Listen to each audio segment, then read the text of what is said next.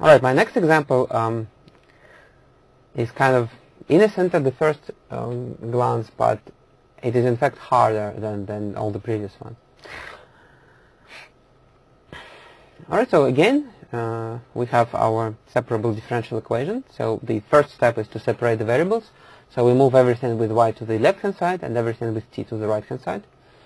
So we're going to get dy over y on the left equals 2 dt on the right.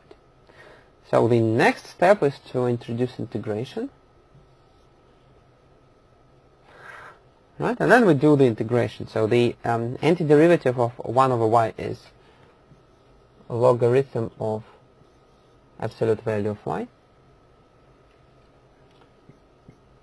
And the antiderivative of 2 is, of course, 2t. And we should write plus constant. But notice at the same time that when we divide by y, then we assume that y is not 0. But in the original equation, y may be 0. If you look at the original equation, then if you let y be 0, then you will get 0 prime, the left-hand side, equals 2 times 0, which is a true equality. So which means that y equals 0 is a solution of the original equation. So actually, or y may be 0. Alright, so let us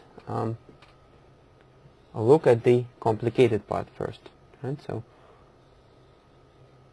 let us continue with this. Logarithm of absolute value of y. So let's apply the exponential function to this whole inequality. So we raise e to this power, so then we get absolute value of y equal e to the power 2t plus constant. But then this is of course the same as e to the power 2t times e to the power constant. That's the absolute value of y. But y itself is going to be this thing plus minus, because this is the absolute value of y, it is always positive, but y itself may be positive or negative. So I will write plus minus e to some power c times e to the power 2t.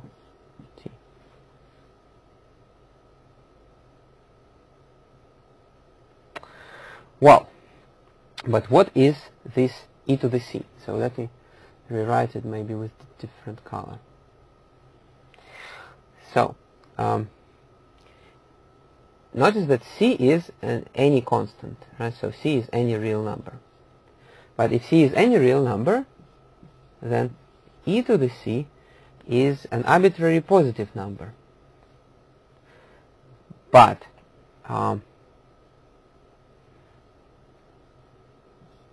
if e to the c is an arbitrary positive number, then plus minus e to the c is an arbitrary non-zero number. But at the same time, let's not forget that we have this or y equals 0. And of course, if we multiply 0 by anything, we still get 0. So we can just, instead of just writing just 0, we can write 0 times e to the 2t.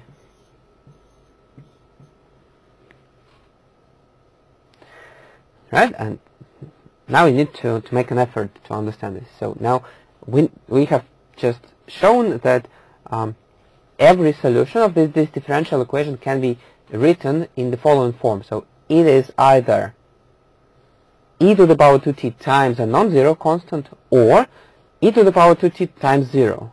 But if it is either this or that, then either way we get that e to the power 2t times some constant, which is either non-zero or 0. But if it is either non-zero or 0, then it's just any constant. So which means that in the end of the day, we can write just any constant times e to the 2t. t. Well, however, maybe it is not very comfortable to denote this new constant, which we came up with in the end by the same letter c. So let me rename the previous constant c to d. So now this is going to be d, and this is going to be d, and this is d, and this is also d, and this is also d, and this is also d, and this is also d. Well, it's not necessary to do it, but if you're uncomfortable with denoting two different things by the same letter, then it's better to do it. Right? So let me just again mention that. So let me use a different color. So just as a comment, that this constant c is either plus minus e to the d or 0. And the logic is that if d is an arbitrary real number, then e to the d is an arbitrary positive real number. So plus minus positive real number or 0 will give us an arbitrary real number again.